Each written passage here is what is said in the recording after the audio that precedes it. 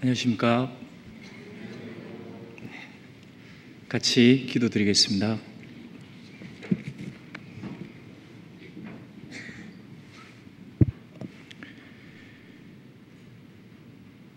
우리를 사랑하시는 자비로우신 하나님 아버지, 감사합니다.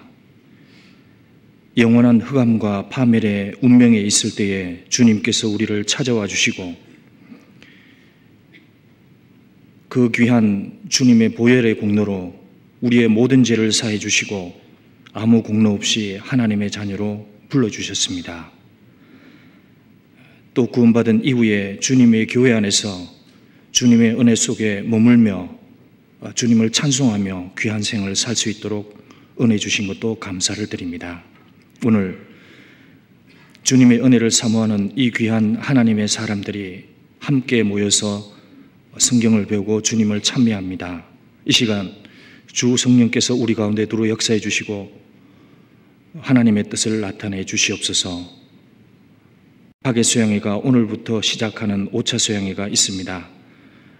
그곳에 참여된 모든 영혼들 일일이 살펴주시고 특별히 소경이요 우맹한 그 이뤄진 영혼들이 그곳에 와서 모두가 생명을 얻을 수 있도록 주 성령께서 역사해 주십시오. 말씀을 전하는 사람이나 듣는 사람들 그리고 참여한 모든 주님의 일꾼들에게 합당한 은혜로 채워주셔서 오직 주님의 영광만 나타내 주시기를 바랍니다. 이 시간도 주님께서 함께 해주시기를 간절히 기도드리며 예수 그리스도 이름으로 기도드렸습니다. 아멘. 네, 성경 시편 136장 찾으시겠습니다.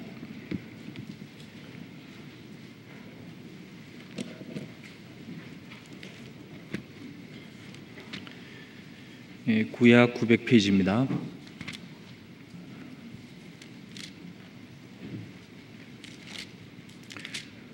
시편 136장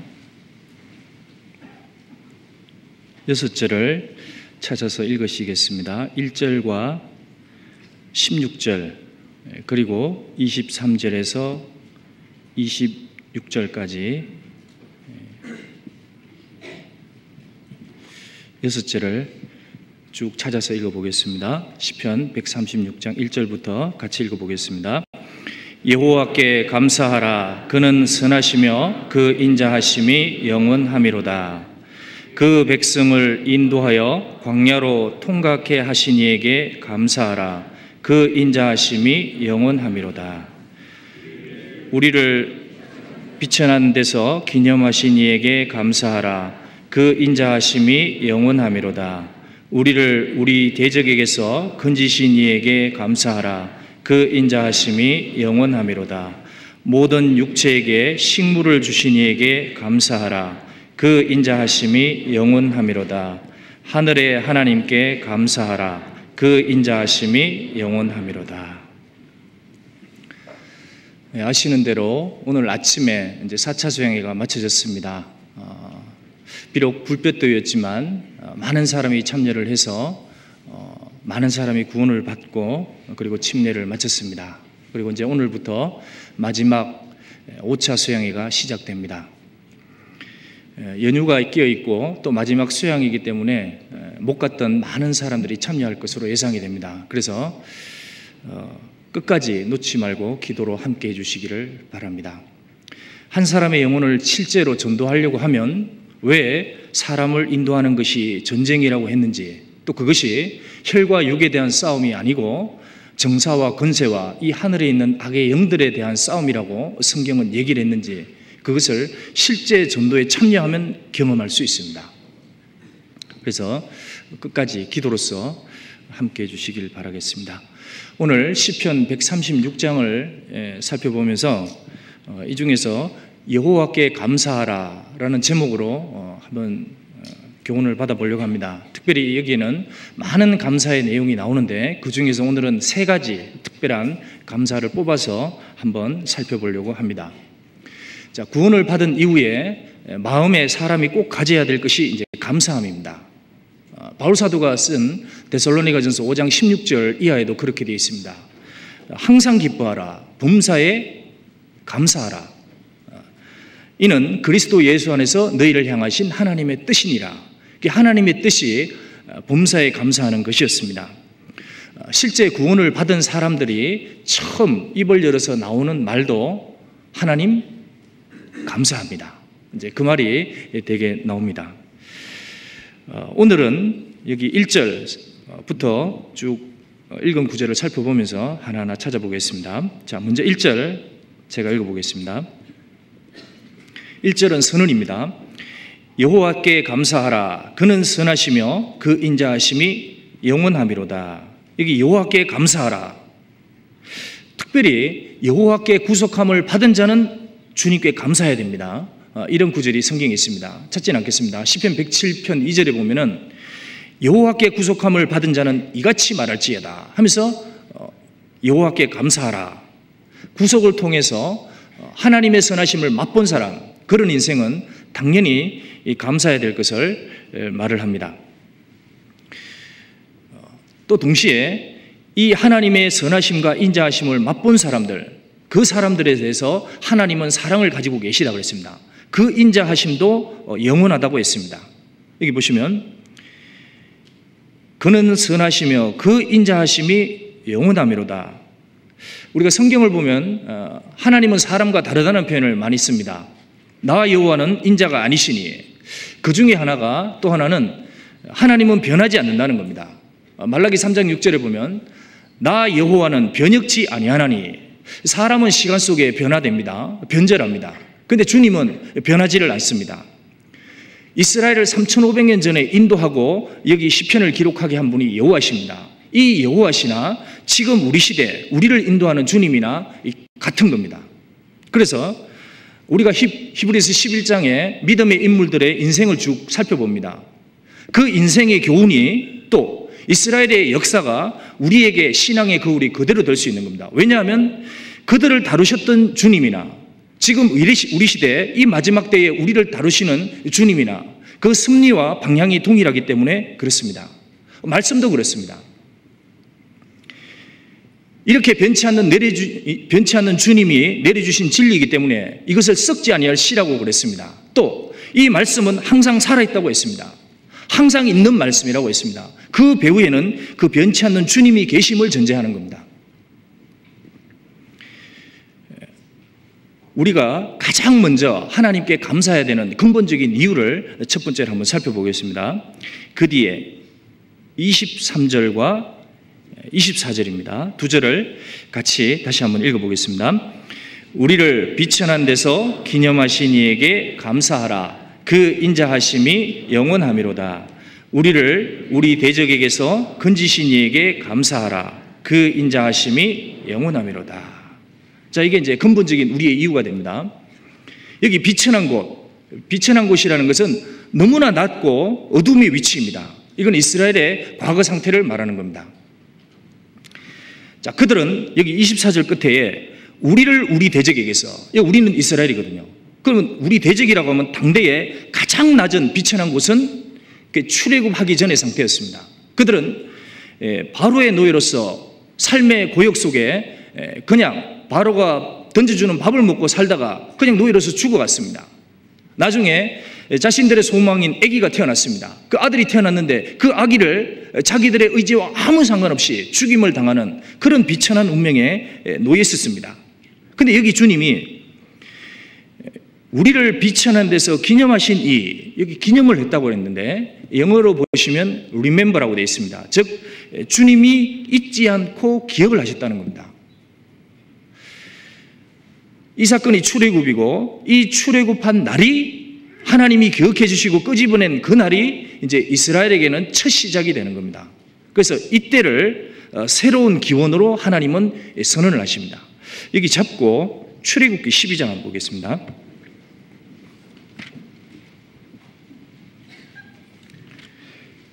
출애굽기 12장 1절.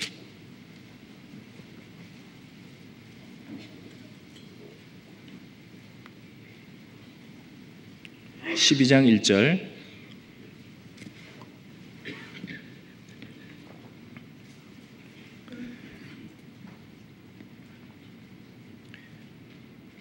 구약 98페이지입니다. 제가 읽어보겠습니다.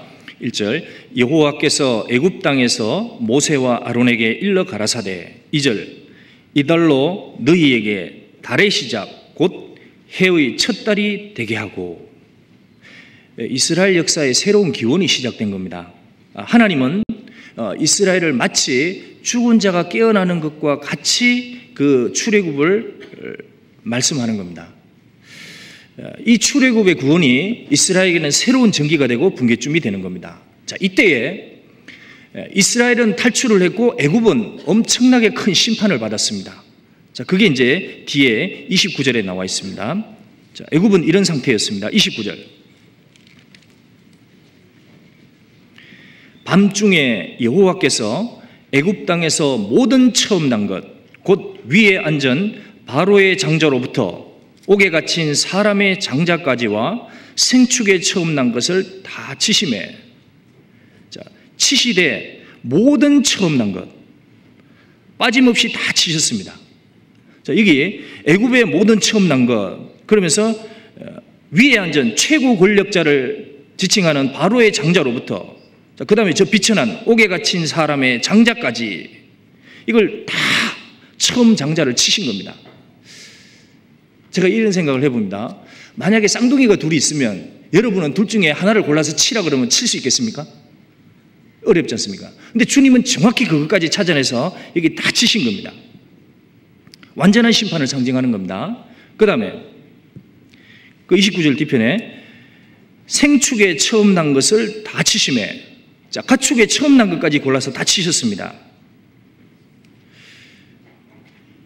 제가 예전에 이제 방학을 하면 이제 시골에서 소를 몰고 이렇게 산에 이렇게 소를 먹이러 간 적이 있습니다. 혹시 경험 있으신 분들 알 겁니다. 거기에 가면 이제 동네 소들이 모여서 이렇게 산으로 쭉 올라갑니다. 그러면 어느 소가 처음 난 건지 우리는 전혀 모릅니다. 만약에 우리 보고 거기서 각 집에서 처음 난 소를 골라서 죽여라! 만약에 그런 명령이 떨어졌다고 하면 우리가 죽이면 어떻게 되겠어요? 엉망이 됐을 겁니다, 아마. 사실과 다르게. 근데 여기 하나님이 정확히 처음 난 생축을 다 치신 겁니다. 자, 이거는 하나님은 심판하실 때도 완전하게 철저하게 심판하시는 것을 상징하는 겁니다. 자, 30절 결과가 되어 있습니다.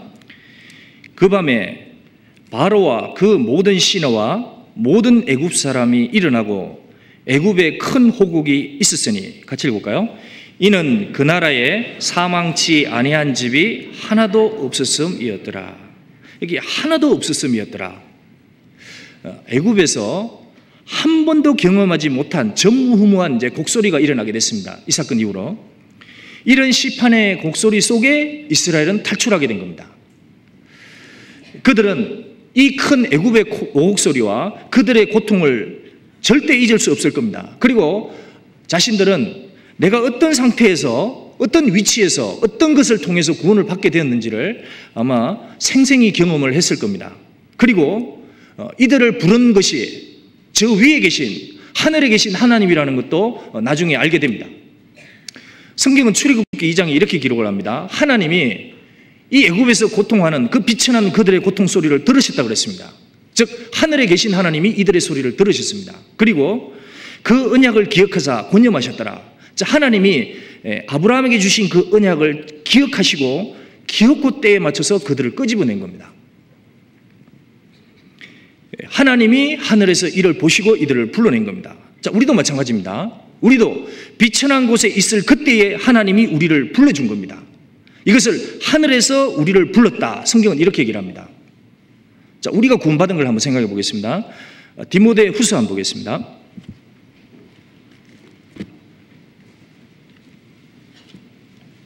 디모데 후서 1장 9절.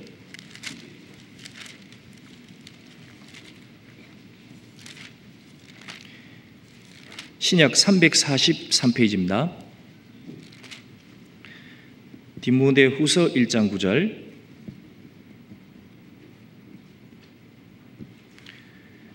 자, 같이 읽어보겠습니다. 하나님이 우리를 구원하사 거룩하신 부르심으로 부르심은 우리의 행위대로 하심이 아니요 오직 자기 뜻과 영원한 때 전부터 그리스도 예수 안에서 우리에게 주신 은혜대로 하심이라. 여기 주체는 하나님입니다. 자, 하나님이 우리를 구원하사 거룩하신 부르심은 여기 구원을 하시되 부르심으로 수단이 된 겁니다. 부르심으로. 그런데 여기 거룩하신 부르심 이런 표현을 했습니다. 자, 거룩하신 부르심. 이것은 부르신 분이 거룩한 분이시고 또 이 부름을 입은 그 사람의 신분이 비천한 데서 순식간에 거룩한 신분으로 바뀌어지기에 이 부름은 거룩한 부름인 겁니다. 그리고 이렇게 부르는 것은 우리의 뜻이 아닌 오직 하나님의 뜻 속에서 완전한 은혜로 부른 것입니다. 여기 거룩한 부르심이라고 했는데 히브리서 3장 1절에 보면 이거를 하늘의 부르심을 입었다 이런 표현이 있습니다. 이것은 하늘에서 부른 부르심이고 하늘의 하나님이 그 계신 곳에서 불렀기 때문에 이거는 거룩한 부르심이 되는 겁니다. 우리도 사람으로 태어났습니다. 사람은 태어나서 많은 부름을 받습니다. 어릴 때부터 아무 영문도 모를 때에 이제 그런 부름을 듣습니다. 애기야, 우리 애기 까꿍. 그런 것도 이제 작은 부름에 속하는 겁니다. 그러다가 이제 점점 자라면서 할아버지가 부릅니다. 우리 손자야, 손녀야, 이것도 부르는 겁니다. 나중에 가면 이제 아들아, 딸아 이렇게 부릅니다. 나중에 가면 이제 장녀야, 장남아, 장녀야, 하여튼 그런 건 잘 모르겠지만 하여튼 어쨌든 그런 부름을 받고 삽니다. 나중에 이제 학교에 입학하는 것도 부름 속에 입학하게 됩니다. 군대에 가는 것도 군대에서 부름이 있어야 됩니다.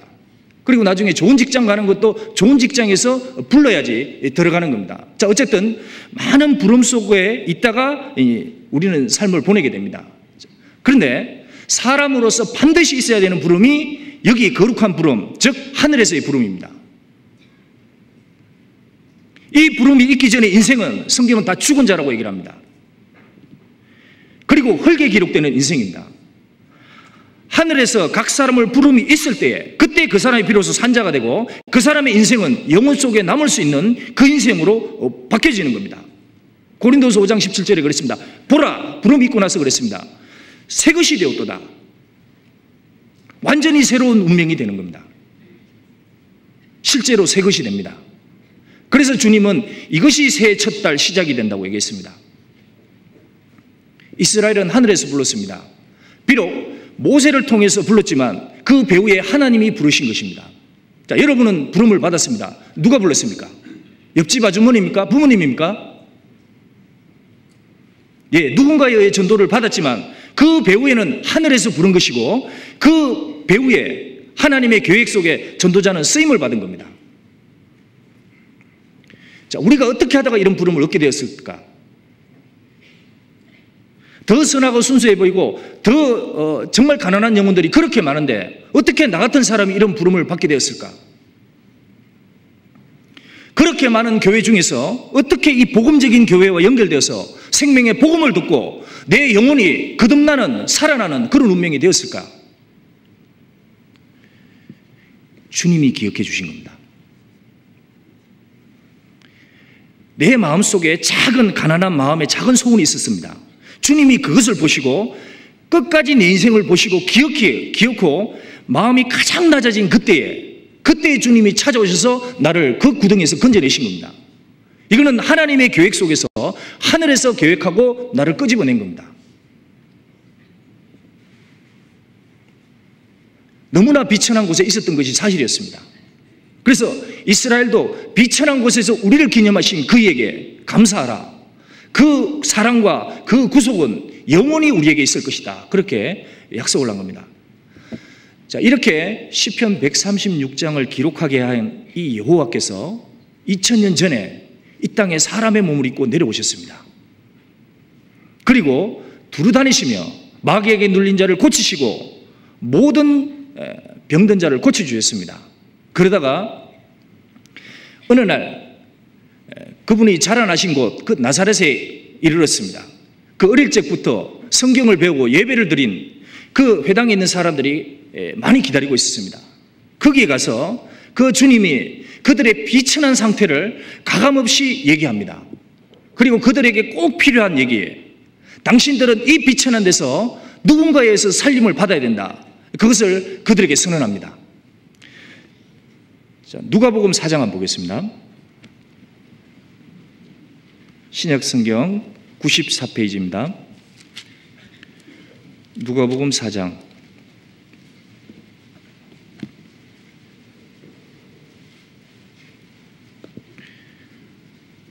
누가복음 4장 18절. 신약 94페이지입니다. 제가 읽어보겠습니다. 4장 18절. 이 예수님이 구약의 이사야서 61장을 인용하면서 이 말씀이 이들의 상태다, 이제 그런 걸 선언하고 또 이들에게 꼭 자유함이 눌림에서 해방되는 것이 필요함을 일깨워줍니다. 제가 읽어보겠습니다. 18절. 주의 성령이 내게 임하셨으니 이는 가난한 자에게 복음을 전하게 하시려고 내게 기름을 부으시고 나를 보내사 포로된 자에게 자유를, 눈먼 자에게 다시 보게 함을 전파하며 눌린 자를 자유케 하고 주의 은혜의 해를 전파하게 하려 하심이라 하였더라. 책을 덮어 그 맡은 자에게 주시고 앉으시니 회당에 있는 자들이 다 주목하여 보더라. 자, 이게 회당에 있는 자들이 누구냐면 이때 당시에 회당에 모여서 성경을 읽고 그 하나님의 이름을 부르는 그런 가난한 사람들이었습니다. 그 사람들이 당대 주님의 소문이 이제 갈릴리 주변에 쭉 퍼지게 되었습니다. 그러다가 마침내 이제 갈릴리 그 서남 쪽에 나사렛, 어릴 때부터 자랐던 그 동네에 이제 주님이 오신다는 소문을 듣고 기다렸습니다. 아니, 그 나사렛 예수가 도대체 어디 가서 큰 일을 하면서 그 사람들에게 큰 감동을 주고 있다는데 이제 우리 동네에도 다시 오게 되었다네. 아마 육신적으로 기다리고 있었을 겁니다. 그때 주님이 그들 앞에 와서 이런 말씀을 읽어주고 그들에게 직접 선언하십니다. 21절. 같이 읽어보겠습니다. 이에 예수께서 저희에게 말씀하시되 이 글이 오늘날 너희 귀에 응하였느니라 하시니. 자, 이게 사실 엄청난 얘기입니다. 이 글이 오늘날 너희 귀에 응하였느니라. 이것은 예수님이 인용한 그 이사야서 61장의 상태가 이 나사렛 사람들에게 그대로 적용된다는 겁니다. 자, 그 선언의 내용을 다시 살펴보면, 자, 18절에 주의 성령이 내게 임하셨으니 이는 가난한 자에게 복음을 전하게 하시려고. 자, 여기 보면 이들이 구원을 받아야 되는데 구원을 받는 것은 반드시 성령이 임하시고 그 능력으로 된다는 겁니다. 그러니까 성령을 받은 사람, 성령의 능력이 충만한 사람을 통해서 이들에게 복음을 전하게 된다는, 그걸 이제 얘기를 한 겁니다. 자, 그리고 가난한 자에게 복음을 전하게 하시려고. 그렇다면 이들은 가난한 자이고 그 뒤에 그들은 다 포로된 자라는 겁니다. 그리고 뒤에 그들은 눈먼 자입니다. 그리고 19절 끝에 보면 그들은 눌린 자라는 겁니다. 이 글이 오늘날 너희 귀에 응하였느니라.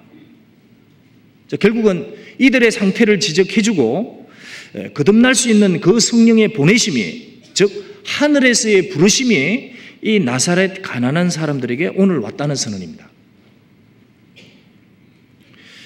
이 네 가지 상태가 비천한 상태라고 얘기할 수 있기 때문에 조금 더 살펴보겠습니다. 자, 이게 18절에 가난한 자에게 복음을 전하게 하시려고 내게 기름을 부으사 나를 보내사 포로된 자에게 자유를. 그럼 이 사람들은 가난한 자이고 포로된 자였습니다. 여기 가난한 자라는 것은 마음이 가난한 의미도 됩니다. 또 나아가서 실제 하나님 앞에 영적으로 아무 유업도 없는 마귀의 포로가 된 그 상태를 의미하는 것도 됩니다. 자, 사람은 다 아담의 후손으로 태어났습니다. 여기 이 사람들도 그렇고 우리도 그렇습니다. 사람의 영은 아담의 후손이기 때문에 날 때부터 죽은 채로 태어나는 겁니다. 하나님의 눈에 볼 때. 태어날 때부터 하나님과 교통이 끊어진 채로 태어나서 머리털보다 많은 죄를 실제 범하고 그 속에 살게 됩니다. 그 마음은 만물보다 거짓되고 부패하다는 말씀대로 진짜 부패하게 되고 하나님의 눈에는 실제로 이 영혼이, 그 생활이, 인생이 구더기와 벌레처럼 실제로 보이게 됩니다. 본질상 난 것 자체가 하나님 보시기에는 아무 유업도 없는 그냥 진노 속에 사라질 그런 자녀입니다. 그 성경에서는 그걸 진노의 자녀라고 했습니다. 여기 접어 놓으시고 에베소서 2장을 한번 찾아보시겠습니다. 에베소서 2장 한번 보시겠습니다.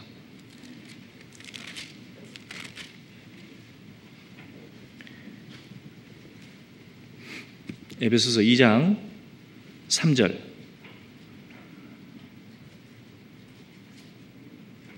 311페이지입니다. 에베소서 2장 3절. 전에는 우리도 다 그 가운데서 우리 육체의 욕심을 따라 지내며 육체와 마음에 원하는 것을 하여 다른 이들과 같이 읽겠습니다. 본질상 진노의 자녀였더니, 여기 본질상 진노의 자녀였더니, 참 처음 성경 배우면 받아들이기 어려운 말입니다. 이 얘기는 영혼이 하나님과 분리되었고 하나님과 예배를 볼 수 없는, 즉 하나님과 완전히 끊어진 그런 죽은 영혼이기 때문에 하나님 보시기에는 육체의 욕심만 따라서 사는 겁니다. 그래서 이 본질상 진노의 자녀였습니다. 왜 그랬습니까? 1절. 너희의 허물과 죄로 죽었던 너희, 이런 표현이 있습니다. 그걸 살리셨도다. 원래 하나님 눈에는 그 영혼이, 즉 정확하게 그 영이 하나님 보시기에 죽은 겁니다. 아담이 죄를 하나 범하놓고 나서 하나님이 얘기했습니다. 너는 죽으리라, 정령 죽으리라. 그게 죽었습니다. 그리고 하나님이 얘기했습니다. 이제는 흙덩이가 되었도다. 너는 흙이니 흙으로 돌아갈지니라. 영이 거듭나지 못한 모든 인생은 하나님 보시기엔 흙덩이인 겁니다. 여기도 허물과 죄로 죽어 있고 본질상 진노의 자녀였습니다. 이게 운명인 거예요. 하나님 보시기에는 너무나 비천한 운명인 겁니다. 주님이 이 세상에 오셔서 두루 사역을 하다가 누가복음 9장에 가면 한 제자를 이렇게 만납니다. 그 제자를 가지고 부릅니다. 나를 따라오너라. 그때 제자가 상황이 안 좋아졌는지 이제 주님께 묻습니다. 주님, 죄송하지만 아마 부친이 죽은 것 같습니다. 나로 가서 네 부친을 장사하게 허락하옵소서. 그때 이제 허가를 요청합니다. 그때 주님이 얼른 가서 부친 장사하거라. 그런 얘기를 했으면 우리의 상식인데 주님이 전혀 다른 말을 했습니다. 자, 그것은 주님이 어떤 상태로 사람을 보는지를 설명하는 겁니다. 누가복음 9장 한번 보시죠.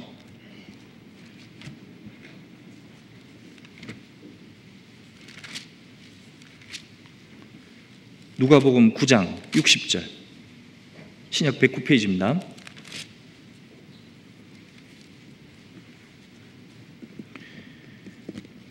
누가복음 9장 60절 109페이지.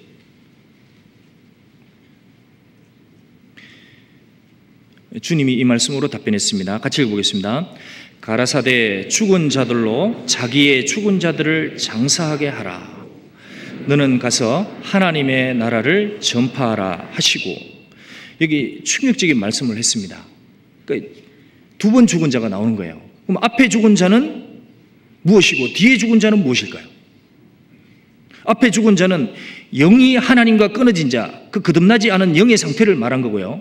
뒤에 죽은 자는 육신이 죽은 자를 얘기하는 겁니다. 즉 하나님 보시기에는 영혼이 하나님 앞에 죽은 그들이 장사를 치르게 하고, 그들이 물고기를 잡고, 그들이 장례행위로 참석하고 온갖 일을 다 하고 있는 겁니다. 그렇다면 이 나사렛 그 회당에 모인 사람도 마찬가지였습니다. 하나님 보시기에는 그냥 흙덩이인 거예요. 근데 그 사람들이 회당에 모여서 성경을 읽고, 그들이 열심히 노력해서 바리새인이 되는 사람도 있고, 열심히 노력해서 사두개인이 되는 사람도 있고, 열심히 노력해서 제사장 그리고 서기관도 되는 사람이 있었던 겁니다. 그 주님의 눈은 그렇게 보이는 거예요. 지금도 마찬가지입니다. 입으로 주여 주여 하고 마태복음 7장의 사람처럼 예수님 이름을 부르는 사람이 너무나 많습니다. 그런데 주님이 오실 때 주님이 이 나사렛 회당에 있는 사람들에게 얘기하듯이 주님 그렇게 얘기할 겁니다. 주님, 그들이 얘기할 겁니다. 우리는 주의 이름으로 선지자 노릇하고 주의 이름으로 귀신도 쫓아내고 주의 이름으로 많은 권세도 행했습니다. 근데 주님이 얘기를 하지 않습니까? 그때 너희에게 분명히 말하되 나는 너희를 도무지 알지 못하니 이 불법을 행하는 자들아 내게서 떠나가라. 내게서 떠나가라. 그 얘기는 하나님 앞에 유업이 아무것도 없는 가장 비천한 상태에 그대로 떨어지는 겁니다. 왜 그렇습니까? 주님으로부터의 구원과 주님으로부터의 부름이 없이 종교 생활을 한 겁니다. 그게 불법이 되는 겁니다. 주님이 볼 때 그 나사렛 사람들 똑같은 거예요. 정확히 하나님 앞에 거듭나는 게 없이 그냥 모여서 회당에 하고 그 하나님의 이름을 부르고 그렇게 있었던 겁니다. 그 주님은 그들은 너무나 가난한 사람이다. 그리고 포로가 되었다. 무엇인가에 쏟고 있다. 그렇게 얘기를 한 겁니다. 다시 그 앞에 4장, 누가복음 4장 18절 보겠습니다.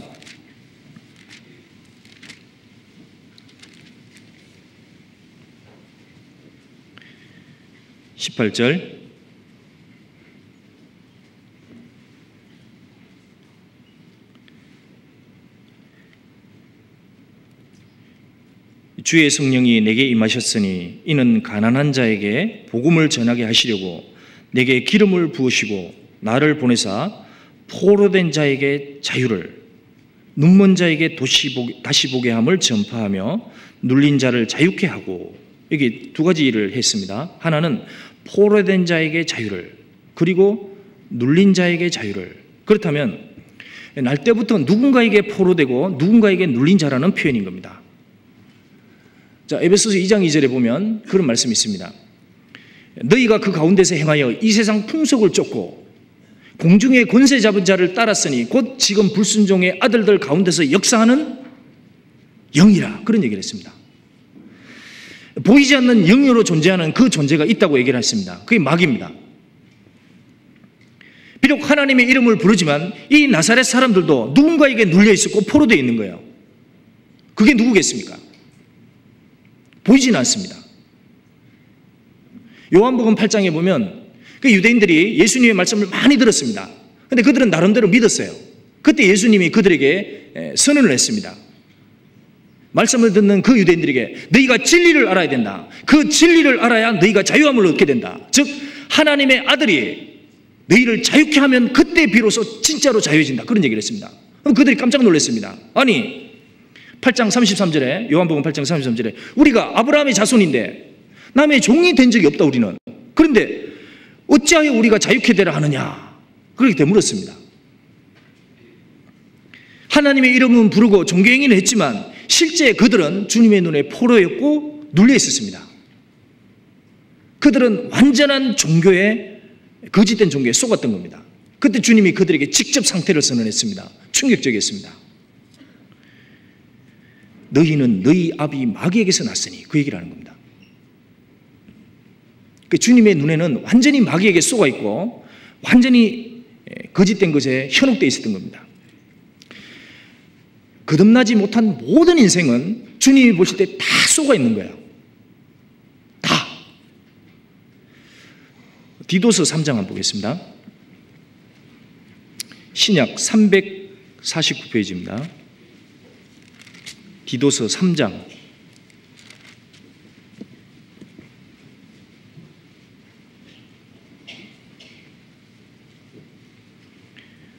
디도서 3장 3절.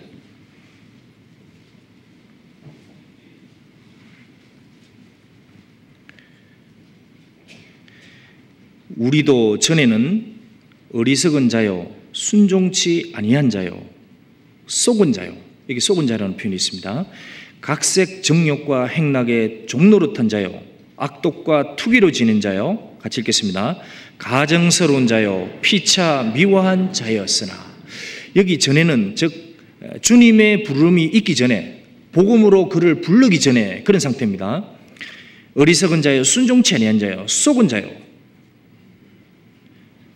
타락한 마음으로 어떤 사람은 하나님의 이름을 부르고 주님의 이름을 부르지만 다른 예수, 다른 영들에 속아 있는 겁니다.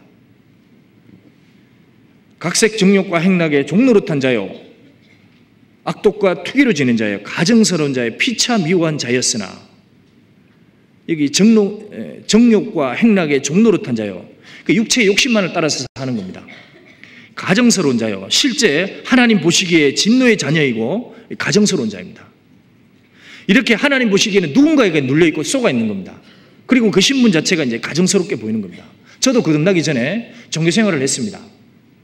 서울 시내에 그 유명한 대리석 건물이 있는 그 고급 교회당을 다녔습니다. 고급이었습니다. 그냥 영접식으로 결심하고 영접 기도로 뜨거운 불이 왔길래 저게 그 구원인 줄 알고 그냥 다녔습니다. 그런데 성경 읽으면서 계속 찔리는 게 있었습니다. 그게 마태복음 7장, 그 다음에 누가복음 13장 이런 말이었습니다. 좁은 문으로 들어가길 힘쓰라. 통과하려고 애쓰나 통과하는 자는 적으니라. 항상 좁은 문이 뭘까? 난 통과했는가? 항상 의심이었습니다. 열심히 통과하라는 모양이구나. 평생 동안 통과하는 건 겠지. 그렇게 생각한 겁니다. 그걸 들어보지도 않고 얘기해 주는 사람도 없었으니까. 그러다가 마태복음 22장까지 이제 진도가 나갑니다. 그러면 거기도 보면 이제 왕이 그 혼인잔치에 초청한 사람에게 묻는 장면이 있습니다. 거기에 친구야, 너는 어찌하여 예복을 입지 않고 여기 들어왔느냐? 영어로 보면 How did you come in? 이렇게 되어 있습니다.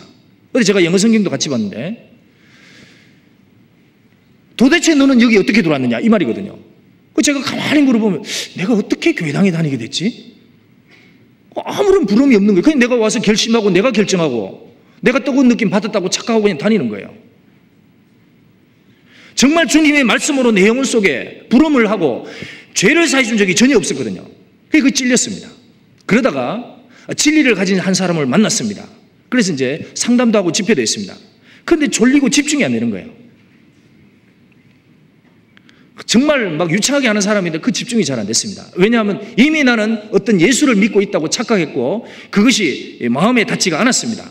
그러다가 마음이 계속 낮아진 한때에 그때 기회가 왔고 그 말씀을 다시 쭉 들으면서 말씀 속에서 제가 발견한 게 있습니다. 내 영혼이 좁은 문을 통과하지 못했구나. 즉 내 영혼은 아직도 죄와 허물로 죽은 상태이구나. 그걸 찾아냈습니다.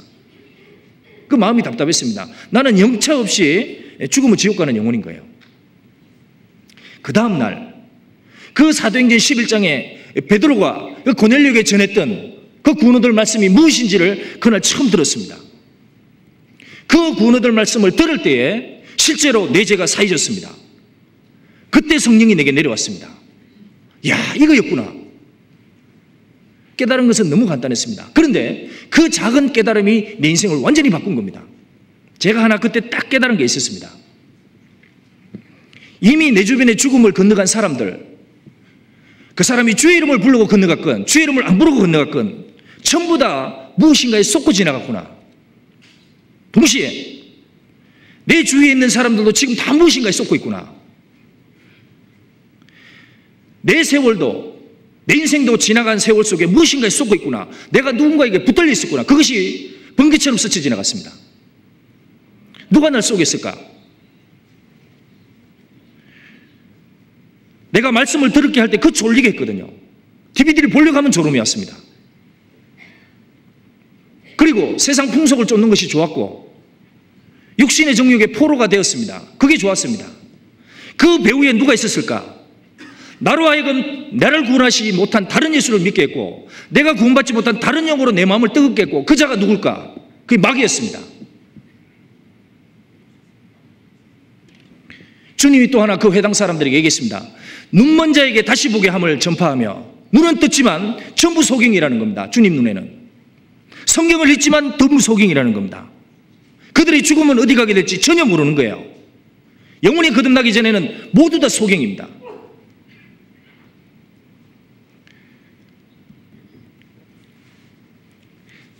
어릴 적에 시골에서 사신 분들은 알 겁니다. 시골에 있으면 이게 상녀가 떠나가는 장면이 있습니다. 요즘은 이제 그러지 않은데 예전에 저희 마을에도 상녀가 있어서 동네 어르신 한 분 돌아가시면 이제 동네가 떠들썩합니다. 동네 입구에 항상 상녀가 있었습니다. 그 상녀는 대개 15명 이상의 어른들이 그 상녀를 메고 이제 그 어르신을 장례를 치릅니다. 그때 전 그게 참 신기했거든요. 따라다녔습니다. 아주 어릴 때. 근데 거기 보면 이제 거기 따라가 절을 하는 사람도 있고 거기다 돈을 꼽는 사람도 있고 정말 많은 사람이 따라갑니다. 그럼 상녀가 이제 올라갔다 내려갔다 정말 화려하거든요. 꽃을 꼽아가지고.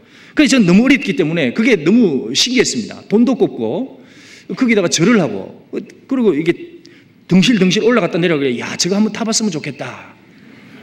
이제 어릴 때 그런 생각을 해봤었습니다. 그러면서 이제 제가 하나 궁금했던 게 있었습니다. 그 어린 나이에 저 할아버지는 저거 타고 어디로 가시지?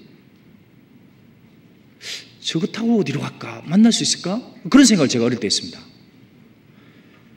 제가 구원을 정확히 받고 나서 그렇게 무서워하던 그 상례를 내가 가서 직접 열어봤습니다. 그 용조각이 그 상례 앞뒤에 꽉 있습니다. 혹시 보신 분들 알 겁니다. 그리고 그 중간에 그림이 있습니다. 전부 다 춤추는 귀신들 그림이었습니다. 사람은 죽은 영으로 태어나서 결국 악한 영인 마귀에게 종로로 타다가 결국 그 마귀 등을 업고서 영원한 지옥으로 들어가는 겁니다. 제가 그것을 거기서 봤습니다. 사실입니다. 주님의 눈을 볼 때 진짜 사람은 소경입니다. 가끔 상담하러 그 병원 중환자실에 가봅니다. 가보면 그 죽어가는 환자도 살아보려고 그렇게 발버둥을 칩니다. 또 그 중환자실에 죽어가는 한 가족의 생명을 위해서 온 가족이 잠도 안 자고 힘겹게 교대하면서 그 중환자 생명의 사투를 다루는 그 환자를 돌봅니다. 그런데 그 누구도 저 허물어져가는 육체 속에 있는 영혼이 얼마나 비참한 상태인지를 보는 사람이 없습니다. 저 죽어가는 영이 보이지 않는 악한 영의 포로가 되어 있다는 것을 보는 사람도 없는 거예요. 잠시 후에 영원한 어둠 속으로 떨어질 영혼인데 그걸 보는 사람이 없는 겁니다. 그게 전부 다 소경인 겁니다. 그런 것이 기가 막힌 거예요. 사실은 우리가 조금 생각해 보면 그렇습니다. 그런 비천한 곳에서 우리가 구원이 된 겁니다. 주님은 얘기했습니다. 너희가 이것을 평생에 잊지 말 것을 당부했습니다. 그 이스라엘에게도 그렇고 우리에게도 그런 겁니다. 한번 따라해 보시겠습니다. 너의 평생에 항상 네가 애굽 땅에서 나온 날을 기억할 것이니라. 신명기 16장 3절입니다. 평생에 항상 우리가 그 애굽 땅에서 나온 그날 그걸 기억하라고 얘기했습니다. 구출받은 구덩이가 있다는 겁니다. 평생 동안 기억하고 그것에 대해서 감사해야 됩니다. 자, 이렇게 이스라엘은 구속을 받았습니다. 그리고 하나님의 부름과 구속을 받고 애굽에서 완전히 분리됐습니다. 이후에는 애굽과는 완전히 다른 새로운 길을 걷기 시작했습니다. 자, 그것에 대해서 주님이 따로 감사해야 된다고 얘기했습니다. 다시 시편 136장을 돌아가 보겠습니다.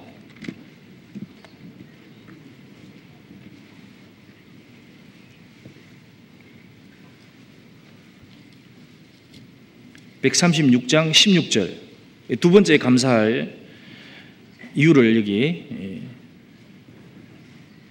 찾아보겠습니다. 136장 16절 같이 읽어보겠습니다. 그 백성을 인도하여 광야로 통과케 하신 이에게 감사하라. 그 인자하심이 영원함이로다. 여기 그 백성, 하나님이 기억하시고 불러내신 백성을 말씀하는 겁니다. 그런데 여기 인도하여, 주님이 직접 발걸음을 가르쳐서 광야로 통과케 하신 이에게 감사하라. 이게 광야라고 했습니다. 광야는 먹을 것이 없고 간조한 땅입니다. 이스라엘 백성이 구속함을 받고 특별하게 감사가 안 되었던 것이 이제 이 부분이었습니다. 그런데 여기에서 광야로 인도하신 이에게 감사하라. 그 이유는 두 가지를 찾아볼 수 있습니다. 첫 번째는 광야가 이들에게는 정착지가 아니고 통과하는, 즉 지나가는 과정이기 때문에 감사할 수 있다는 겁니다. 그리고 또 하나는 광야로 통과케 하시니라는 말씀대로 이 배후에 하나님이 함께 계셔서 이들이 통과할 때까지 동행하시고 힘을 주시는 의미도 됩니다. 그 두 가지 사실을 두고 이스라엘 백성은 감사를 해야 됩니다. 실제 힘을 주십니다. 그 뒤에 25절.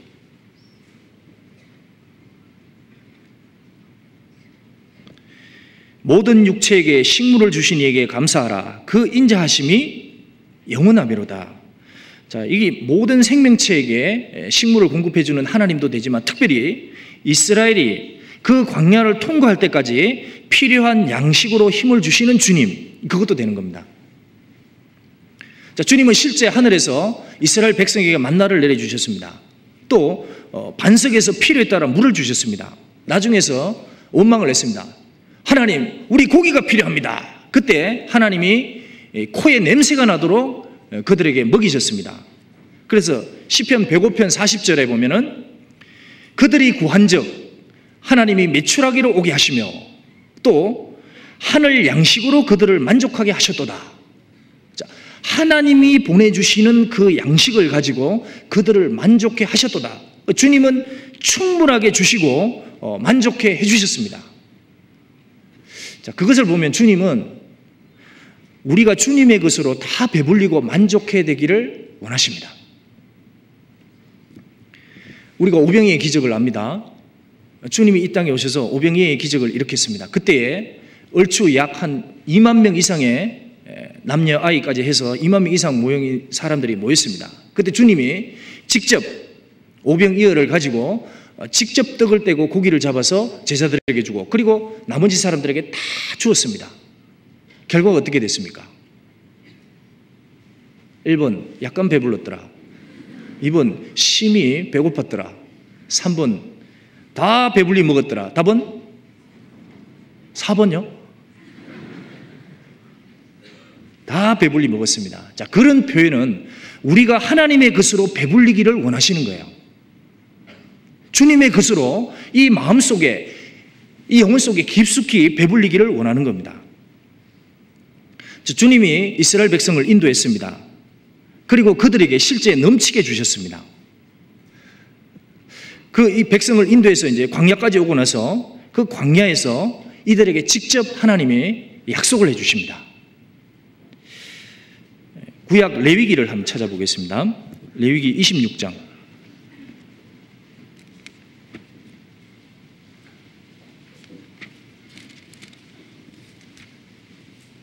레위기 26장 11절.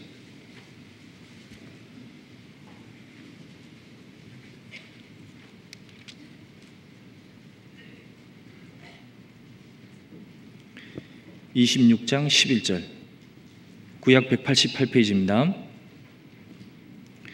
주님이 광야에서 이들에게 이제 선언한 말씀입니다. 제가 읽어보겠습니다.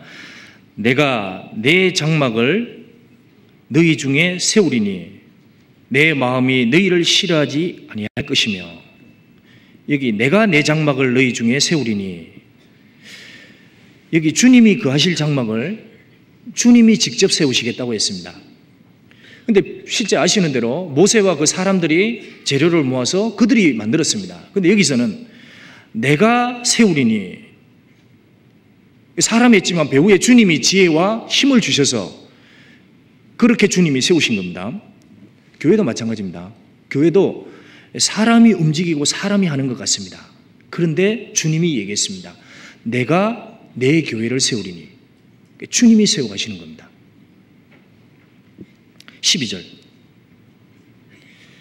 나는 너희 중에 행하여 너희 하나님이 되고 너희는 나의 백성이 될 것이니라. 자, 이 보이지 않는 하나님은 너희 중에 행하여 그들 속에 계셔서 그들을 인도하시겠다는 겁니다. 나는 너희 하나님이 되고 너희들은 나의 백성이 될 것이니라. 그게 약속인 겁니다. 즉 이들을 떠나지 않고 영원한 사랑으로 이들을 인도하겠다고 한 겁니다. 그러면서 왜 내가 너희의 하나님이 됐는지 그 이유를 그 뒤에 말씀합니다. 13절. 나는 너희를 애굽 땅에서 인도하여 내어 그 종된 것을 명쾌한 너희 하나님 여호와라. 같이 읽겠습니다. 내가 너희 멍에 빗장목을 깨뜨리고 너희로 바로 서서 걷게 하였느니라. 여기 내가 너희 멍에 빗장목을 깨뜨렸다 이런 표현을 했습니다. 그리고 내가 너희를 인도하여 냈다. 그러면서 계속 그렇게 말씀을 하십니다. 자, 이것은 너희들은 원래 그 빛이 난 곳에 있었고 그 기억하시고 찾아가신 그 사실을 얘기하면서 이제 내가 너희로 바로 서서 걷게 하였느니라. 그런 얘기를 하십니다. 자, 이들이 인도한 것은 비록 광야지만 하나님이 거기서도 당당히 서서 걷도록 하시겠다는 겁니다. 이것은 그들이 통과할 힘을 그 광야에서 주시겠다는 의미도 되는 겁니다. 그래서 광야는 통과하되 당당히 서서 걸어가는 여정이 되는 겁니다. 이스라엘 백성이 이 광야에서 성막을 지었습니다. 그리고 성경은 그 교회를 광야교회라고 했습니다. 너무나 400년 동안 노예 생활을 했기에 초라했습니다. 그 화려한 애굽에 비해서 또 큰 성을 짓고 사는 아이성이라든지 그런 가나안에 비해서 너무나 초라한 백성들이었습니다. 거기에 성막을 지었는데 그 바깥이 물돼지 가죽으로 덮어 씌웠습니다. 색상도 바래고 그리고 때약 배치되면 냄새도 나는, 그래서 쭈글쭈글해지는 그 너무나 볼품이 없는 그 성막이었습니다. 그런데 놀랍게도 하나님은 그 안에 계신 겁니다. 자, 이 주님이 1500년이 지나서 이후에 이 땅에 오셨습니다. 그리고 주님이 다시 내가 내 교회를 세운다고 약속했습니다. 그리고 사도 바울은 정확히 구원을 받았습니다. 성령의 감동으로 주님이 사도 바울에게 성경을 기록하게 했습니다. 그때에 이 레위기 26장을 정확히 인용해서 그 성막이 어딘지를 정확히 설명했습니다. 고린도후서 6장 한번 보겠습니다.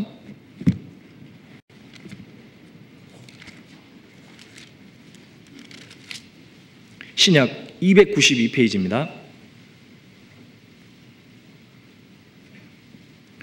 고린도후서 6장 16절.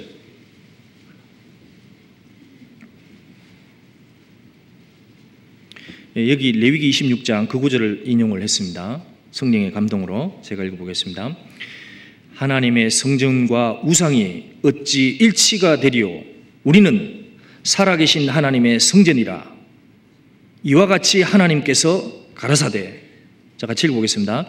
내가 저희 가운데 거하며 두루 행하여 나는 너희 하나님이 되고 저희는 나의 백성이 되리라 하셨느니라. 여기 하나님이 가라사대 하면서 그 구절을 다시 인용을 했습니다. 자, 그러면서 내가 저희 가운데 거하여 두루 행하여 나는 저희 하나님이 되고 저희는 나의 백성이 되리라 하셨느니라. 자, 이 얘기는 이스라엘 백성과 함께 했던 그 여호와께서 신약 시대 동일하게 하나님께 구속함을 받은 무리 속에 계시겠다고 한 겁니다. 똑같이 나는 너희 속에 거하고 두루 행하겠다고 약속을 한 겁니다. 18절. 너희에게 아버지가 되고 너희는 내게 자녀가 되리라. 같이 읽겠습니다. 전능하신 주의 말씀이니라 하셨느니라. 여기 왜 전능하신 주의 말씀이니라 하셨느니라 이걸 붙였을까요? 아마 사람들이 구약의 광야교회에 있었던 그 여호와께서 신약시대에 동일하게 이 모임 속에 있다는 것을 쉽게 잊어버리기 때문에 강조한 것인 것 같습니다. 자, 이스라엘이 원망할 때는 왜 원망을 했냐면 그들 속에 하나님이 계시다는 것을 잊었기 때문입니다. 실제로 이스라엘을 인도한 그 주님이 그들 속에 계셨는데 그들은 그것을 보는 눈이 감겼습니다. 자, 그렇다면 실제로 그 이스라엘을 인도한 이 하나님이 지금 우리 시대 우리 속에 계실까요? 실제로 우리 모임 속에 역사하시고 여기 말씀대로 두루 행하시며 힘을 주실까요? 자, 오늘 이 시간에도 주님이 여기 계셔서 두루 행하시며 역사하실까요? 정말로 이걸 믿으십니까?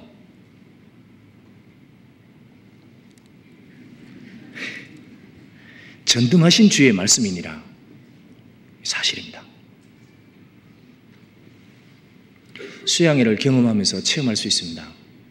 수양회를 시작하신 분도 주님이십니다. 그리고 그걸 이끌어 가시는 분도 주님이신 거예요. 우리가 기도 속에 간구 속에 주님이 역사합니다. 결과가 나타납니다. 사도행전 27장의 말씀대로 주께서 구원받는 사람을 날마다 더하게 하시니라. 그게 증거입니다.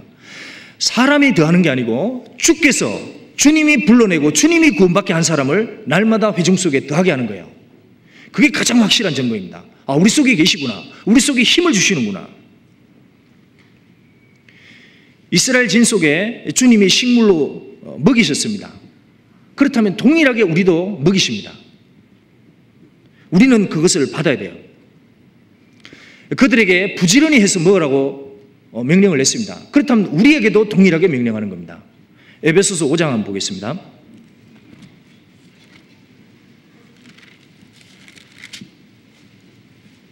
에베소서 5장 18절.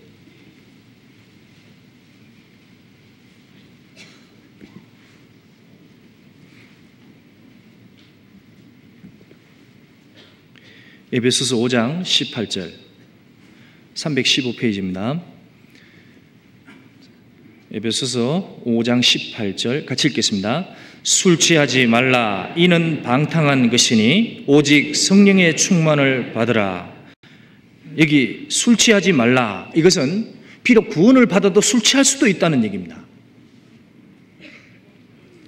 자, 술도 되지만 또 하나 더 나아가서 이것은 세상이나 세상에 있는 것을 사랑하고 탐하는 마음, 그것도 됩니다.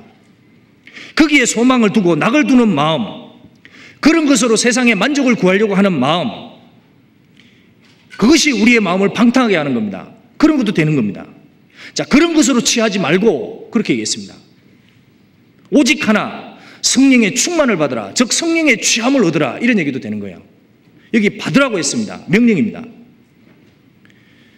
마귀가 사람들이 이 하나님의 양식, 영생의 잔치에 참여하지 못하도록 너무나 많은 볼거리와 식탁을 만들어줍니다. 세상이 정말 화려합니다. 그런데 그리스도인들도 모르게 그런 달콤한 식탁에 참여할 수도 있단 말이에요. 자, 그러면 마귀가 주는 밥상에 참여하게 되면 눈이 흐릿해지게 됩니다. 이스라엘 백성들이 하나님이 자기들 속에 계신데 그것을 못 봤습니다. 눈이 흐릿해져서 그렇습니다. 마귀가 차려놓은 것을 너무 먹고 즐기고 그것에 취하게 되면 주님의 것을 안 먹게 됩니다. 주님의 것이 맛이 없어지게 됩니다. 육신은 즐겁지만 영혼은 점점 피폐해져 갑니다. 이스라엘도 점점 하나님의 것을 안 먹게 되었고 그래서 결국은 낙토를 멸시했습니다. 자, 주님이 인도하는 그 땅을 그들의 마음에서 멸시했습니다. 정말 희한한 일입니다. 마음에서 멸시했다고 얘기했습니다. 시편 106장 한번 보시죠.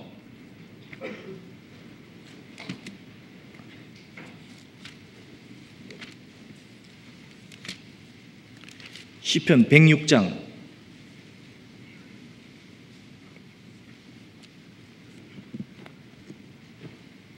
24절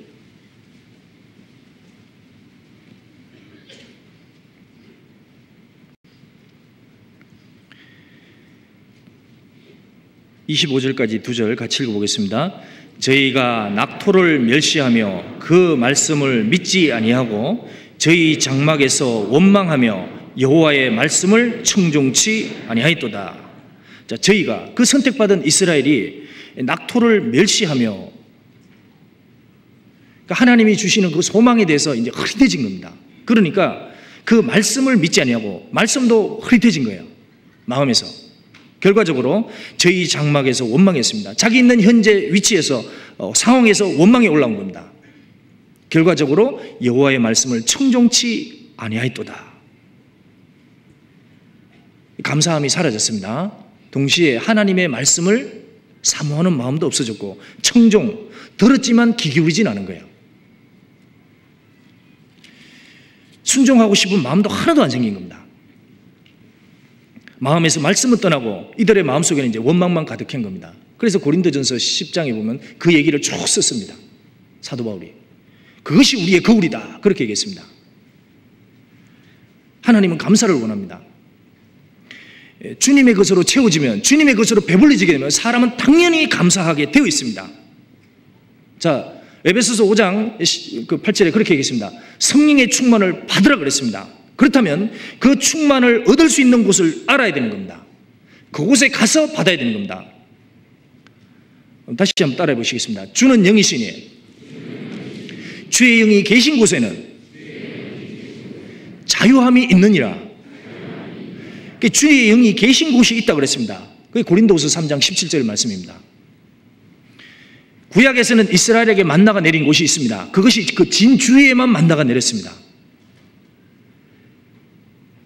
지금은 정확히 하늘의 부름을 입은 사람, 날마다 주께서 구원받는 사람을 더하게 하는 사람들, 그들 속에 성령이 계신 겁니다. 자, 이렇게 성령의 충만을 받으라고 얘기한 그것이 구약 성경에 여러 가지를 교육한 게 있는데 그 중에 하나가 있는데 한번 살펴보겠습니다. 잠언 23장.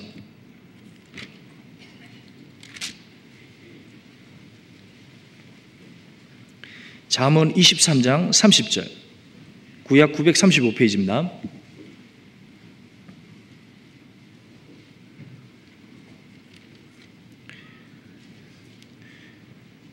여기 술 취하는 것과 성령에 충만하는 것을 같이 연결해서 교훈받을 수 있습니다. 30절, 23장 30절, 술에 잠긴 자에게 있고, 같이 읽겠습니다. 혼합한 술을 구하러 다니는 자에게 있느니라. 자, 여기 있느니라는 것은 술 취하는 것이 이렇게 하면 이루어진다는 겁니다. 자, 이것도 우리가 성령 충만해지는 것과 같은 겁니다. 술에 잠긴 자에게 있고, 잠긴다는 것은 푹 잠겨야 되는 겁니다. 영어로는 롱입니다. 오랜 시간을 접촉을 해야 된다는 겁니다. 자, 말씀을 읽어도 아침에 조금, 저녁에 조금 그렇게는 안 된다는 겁니다. 말씀을 듣는 것도 그냥 오늘 설교 듣고 평가하고 점수 매기고 그렇게 돌아가서는 안 된다는 거예요. 그런 마음으로 되면 안 된다는 겁니다. 가서 다시 한번 구절을 읽어보고 개인적으로 깊이 묵상하고 잠겨야 되는 거예요. 교제를 참석해도 손님으로 오는 것은 잠기는 게 아닌 겁니다. 직접 뿌리가 깊이 박히고 넓게 연결되듯이 교제 속에서 형제자매들과 깊고 다양하게 넓게 연결이 돼야 되는 겁니다. 그걸 잠기는 거라고 얘기를 하는 겁니다. 그렇지 않으면 그 사람이 취하는 것이 없는 거예요. 즉 충만이 될 수가 없는 겁니다.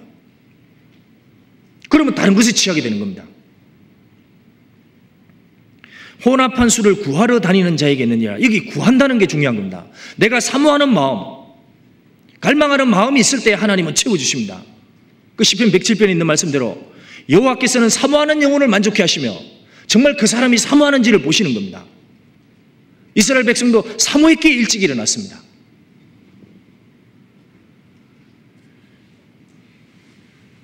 구하러 다니는 자에게 있느니라. 그 움직여야 되는 겁니다. 그 집에서 가만히 있는 게 아니고 부지런히 다녀야 됩니다.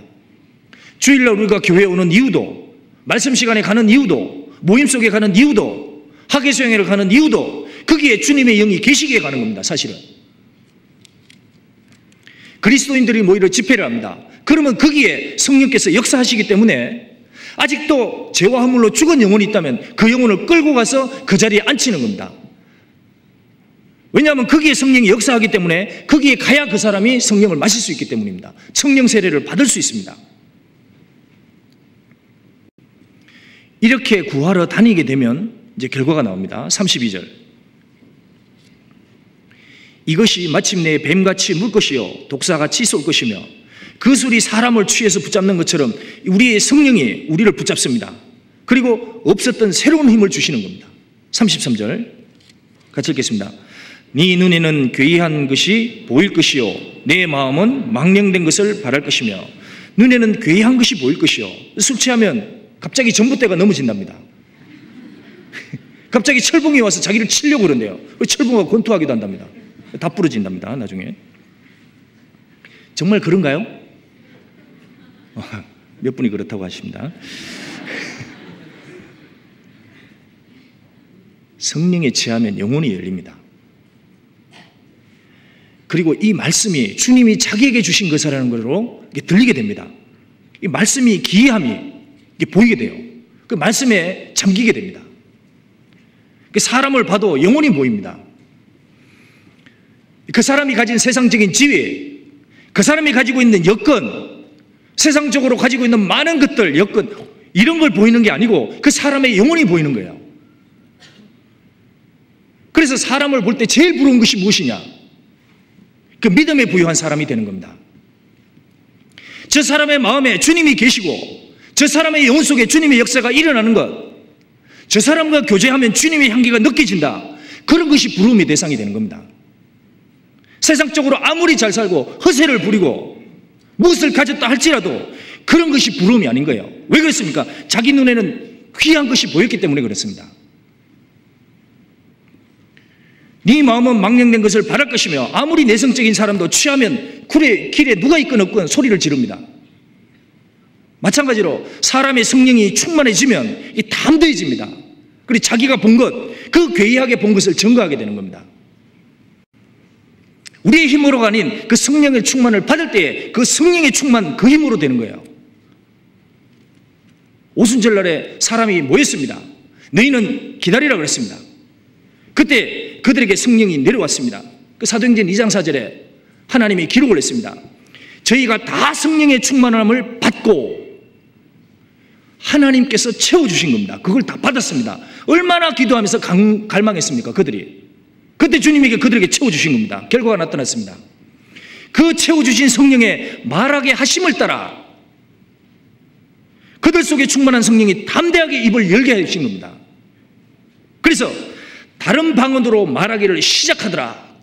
얼마나 담대하게 시작했는지 그 주위에 있는 사람이 깜짝 놀랐습니다. 다 소동했습니다. 아니, 저들이 저 갈릴리 사람이 아니냐, 시골에서 온 자들, 저 사람은 배운 적이 없고 학문을 아예 가진 적이 없는 그 갈릴리 사람들 아닌가. 그런데 어떻게 이 큰 예루살렘 우리 앞에서 저렇게 할 수가 있는가. 놀랐습니다. 서로 물었습니다. 이 어찌 일이냐. 그때 어떤 무리들이 조롱하며 진단했습니다. 예, 저것은 분명 술이 취한 겁니다. 그것도 우리가 전혀 먹어보지 못한 새로운 술에 취한 겁니다. 그렇게 진단했습니다. 예, 그들이 보기에는 완전히 새로운 술, 한 번도 못 먹어본 그런 술에 취한 것처럼 보인 거예요. 놀랐습니다. 상식으로 없던 힘이 생겼고 알 수 없는 이상한 말과 기이한 말을 쏟아냈기에 그렇게 얘기한 겁니다. 오늘 누가복음 4장 18절에 주님도 그랬습니다. 주의 성령이 내게 임하셨으니, 즉 성령이 임하고 충만케 되었을 때 복음을 전하게 되는 겁니다. 나를 보내사 포로된 자에게, 눈먼 자에게 다시 보게 함을 전파할 수 있다. 사람이 성령이 충만하면 무엇인가에 취해 있는 것처럼 보이는 겁니다.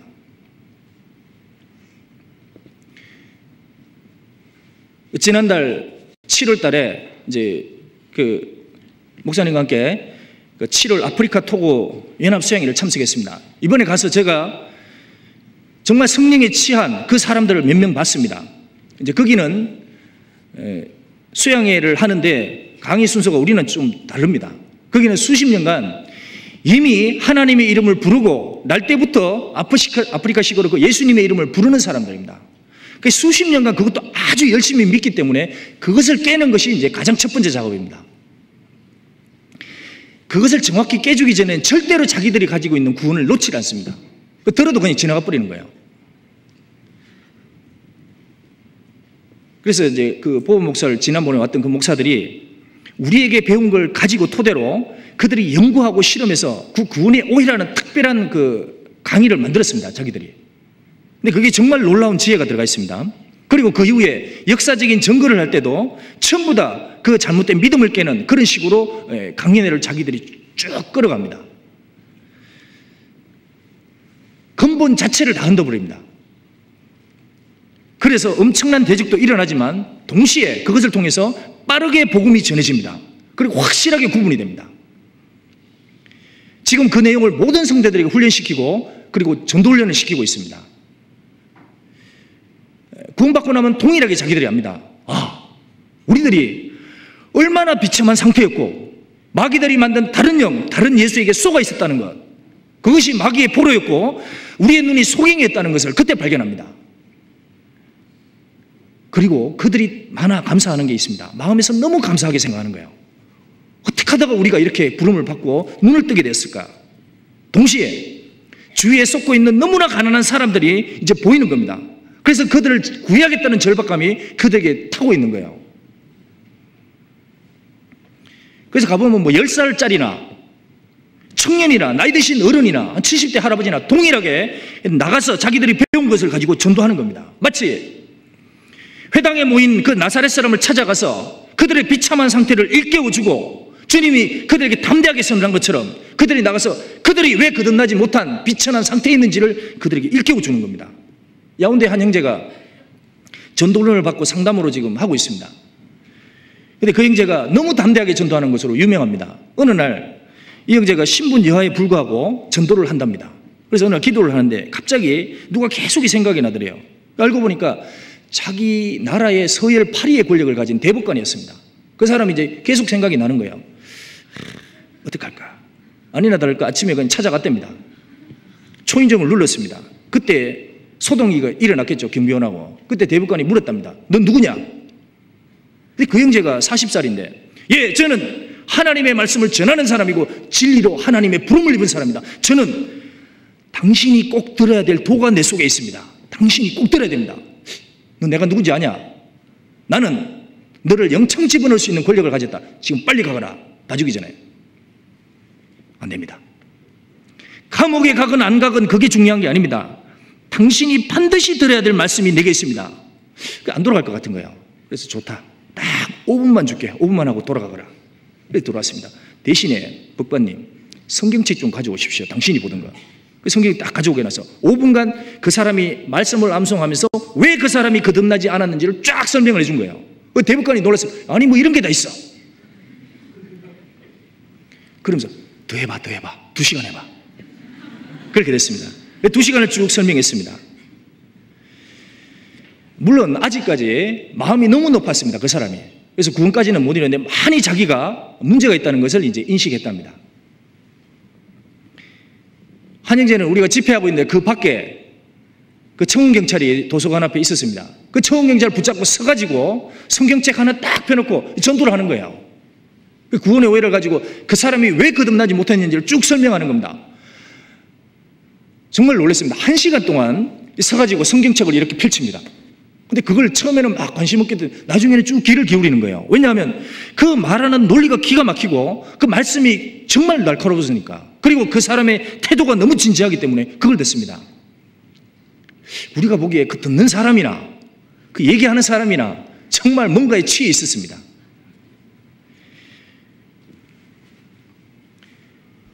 우리는 지금 광야를 통과하는 중입니다. 이 광야 통과하는 중에 주님이 우리 속에 계셔서 힘을 주십니다. 우리는 그것을 받아야 됩니다. 그것을 받고 이 광야를 통과할 수 있습니다. 주님은 그것을 받으라고 얘기했습니다.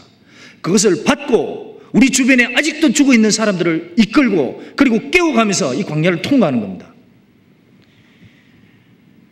바울사도도 세상에 살면서 우리가 가져야 될 마음이 이것이라고 얘기했습니다. 우리는 이 광야에 머무는 것이 아니고 우리는 광야로 인도받고 통과하는 사람이다. 그거였습니다. 고린도전서 7장 한번 보겠습니다.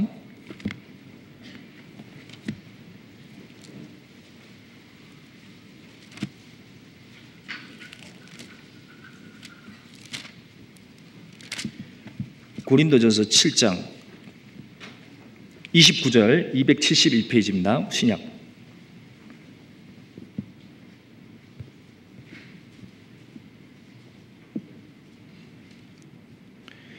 신약 271페이지.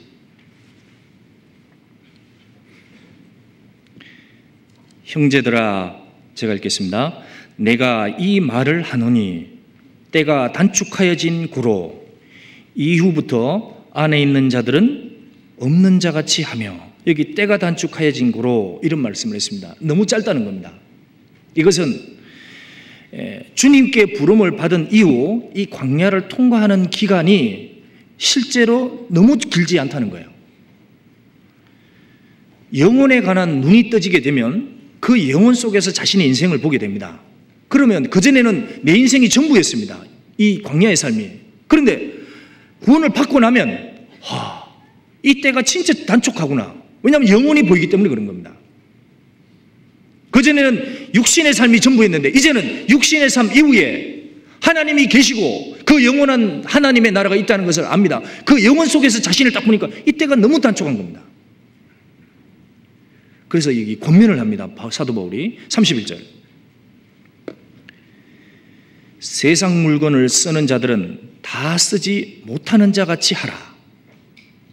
세상에서 물건을 문제로 올라오는 염려들과 탐욕들, 이것을 사모하는 마음들이 있는데 이런 것에 대해서 마음을 너무 뺏기지 말라, 이런 권면입니다. 그런 문제로 내 마음이 쓰이고 취하게 되면 안 된다는 거예요. 동시에 우리의 마음에 가져야 될 것이 이것입니다. 확고하게 얘기했습니다. 그 다음 읽겠습니다. 이 세상의 형적은 지나감이니라. 자, 세상의 길은, 형적은 그 지나가는 과정이라는 겁니다. 우리에게 통과하는 거라는 겁니다. 자, 어떤 환경 속에 있건 이거는 과정이고 지나간다는 거예요. 이것에 대해서 우리는 오히려 감사할 수가 있는 겁니다. 야고보서 1장 10절에도 그랬습니다. 세상의 돈으로 부한 형제는 자기의 낮아짐을 자랑할지, 즉 겸손해야 될 것을 얘기했습니다. 이는 풀의 꽃과 같이 지나가는 것이다. 그렇게 얘기했습니다. 요한일서 2장 17절에는 이는 이 세상도 그 정욕도 지나가게 될 거다. 우리가 어떤 정욕을 가졌건 어떤 소망을 가졌건 그것도 잠깐 지나가는 것이다. 그렇게 얘기했습니다. 모든 것은 지나가는 과정이고 형적이고 지나가는 겁니다. 그리스도인은 이것을 확실하게 마음에 새겨야 됩니다. 그러면 이것에 대해서 감사할 수 있습니다. 제가 이것에 대해서 교훈을 받은 적이 있습니다. 예전에 이제 아프리카 보범 목사랑 같이 가봉에 선교를 같이 갔었습니다. 그때에 둘이 같은 침대를 썼습니다. 참 흑백의 절묘한 조화였습니다. 사진을 찍어보면 정말 희한하게 나옵니다. 하여튼 밤에. 자, 어쨌든 가봉의 그 지방 도시인 한 숙소에서 모기장을 치고 잤습니다. 근데 모기가 이제 그 속에 몇 마리 있었습니다. 너무 덥고 피곤하니까 그냥 잤습니다. 아침에 결과가 나왔습니다. 보범 목사는 옆에 있는데 안 물렸어요. 근데 저는 옷을 안 덮인 모든 부위가 벌겋게 바뀐 겁니다. 그래서 계속 일어나서 긁었습니다. 그때 긁고 있는 저를 보더니 보범 목사가 한 말씀 하셨습니다. 이스라엘이 하나님과의 관계가 깨어졌을 때에 하나님이 그 주위 대적을 일으켜서 이스라엘을 공격했습니다. 마찬가지로 지금 보니 하나님과의 관계가 문제가 생긴 것 같습니다. 그러니까 하나님이 모기를 불러일으켜서 지금 공격해 하신 겁니다. 아멘이 안 됐습니다. 그 진단에. 근데 아무리 기도해도 다음날 또 그런 결과가 생긴 거예요. 그래서 생각하다가 제가 답을 찾았습니다. 보범 목사님, 답을 찾았습니다. 당신은 이 도시를 수시로 올 것이고 여기는 아마 머무는 장소가 되지 않겠습니까? 그러나 나는 이 도시가 하나의 지나가는 과정입니다. 통과하는 과정이고 지나가는 겁니다. 그래서 하나님이 이런 지나가는 광야의 노정 속에 특별하게 이런 어려움을 주신 것 같습니다. 그러면 이 노정 속에 하나님이 보낸 목이라면 그걸로 감사할 수 있습니다. 그랬더니 오 아멘 막 계시더라고요.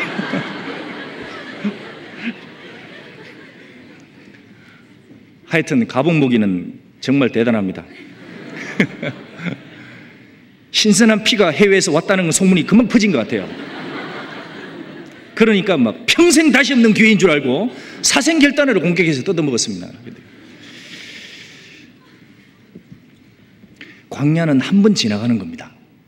다시 되돌아가지 않습니다.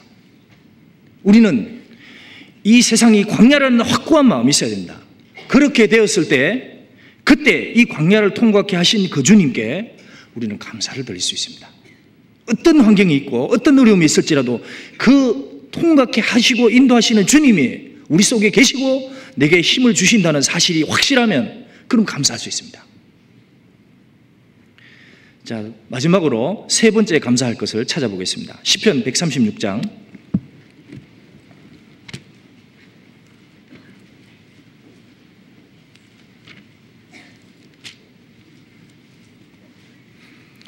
26절.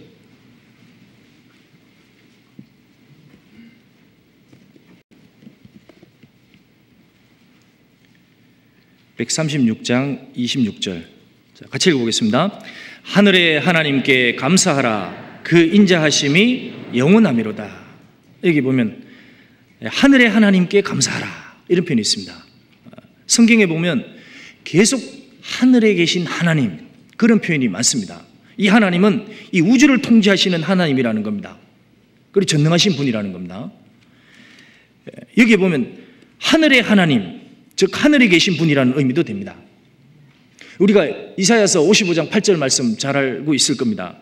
하나님의 생각과 길은 우리보다 높다고 했습니다. 내 생각은 너희 생각보다 높으며 내 길은 너희 길보다 높아서 하늘이 땅보다 높은 같이 내 길은 너희 길보다 높으니라. 내 생각도 너희보다 높으니라. 그렇게 얘기했습니다. 하나님이 우리 인생을 인도하는 길과 생각을 가지고 계신 겁니다. 그것은 우리가 가진 생각보다 높습니다. 그러기에 우리가 믿을 수 있는 것은 내 생을 가장 좋은 길로 인도하실 것을 믿을 수 있습니다. 또 하나, 우리를 위해 예비해 놓으신 하늘이 분명히 있습니다. 그것도 우리의 생각과 우리의 머리로 이해가 안 가는 거예요. 바울 사도는 셋째 하늘에 갔다 왔습니다. 그러면서 고린도 성도들에게 고린도전서 2장 9절에 그렇게 얘기했습니다. 기록된 바 하나님이 자기를 사랑하는 자들을 위하여 예비하신 모든 것은 정말 주님을 사랑하는 사람, 구원을 받고 그 노정을 따라간 그 사람들을 위해서 예비하신 모든 것은 눈으로 보지 못하고 귀로도 듣지 못하고 마음으로도 생각지 못하였다 함과 같을 것이다. 그렇게 얘기한 거예요. 그 얘기는 이 광야에서 절대로 가나안을 알 수 없듯이, 샘플만 잠깐 볼 수 있듯이 우리가 이 세상에 살지만 하나님이 진짜 부름을 받은 그 대가가 그 광야를 통과한 이후에 얻을지 축복이 얼마나 큰지를 절대 상상을 못한다는 겁니다. 상상이 안 되는 거예요. 이스라엘이 광야에서 그 가나안 땅을 탐지했습니다. 그리고 실제 그 샘플을 보았습니다. 그 보면서도 그들이 마음에서 그 땅을 멸시한 거예요. 마찬가지입니다. 우리도 이 하늘의 하나님을 깊이 생각해야 됩니다. 하늘의 하나님에 대해서 수도 없이 증거를 듣습니다. 골로새서 3장 1절에 이렇게 말합니다.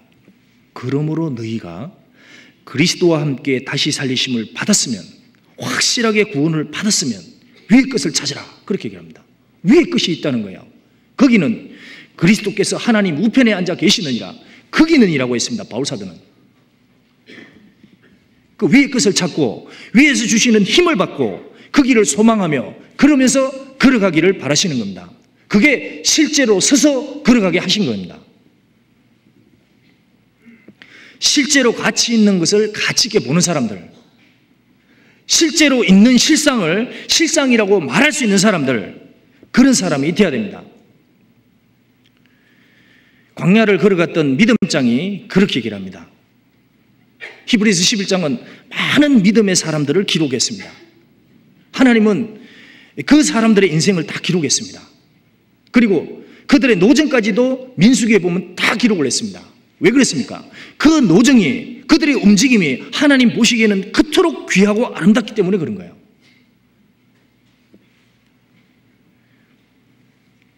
마지막으로 히브리서 11장 한번 보겠습니다.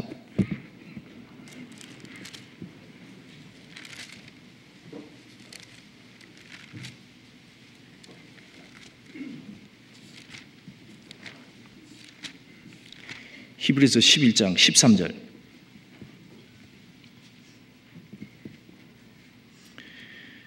여기 사람 중에 이 사람들에 들어가는 것이 얼마나 복된 삶입니까? 이 사람들, 이렇게 얘기했습니다. 13절. 이 사람들은 다 믿음을 따라 죽었으며, 여기 다라 그랬습니다. 약속을 받지 못하였으되 그것들을 멀리서 보고 환영하며 또 땅에서는 외국인과 나그네로라 증거하였으니. 자, 이 사람들은 다 믿음을 따라 죽었으며 죽음을 건너갈 때까지 그 믿음으로 걸어갔다는 얘기입니다.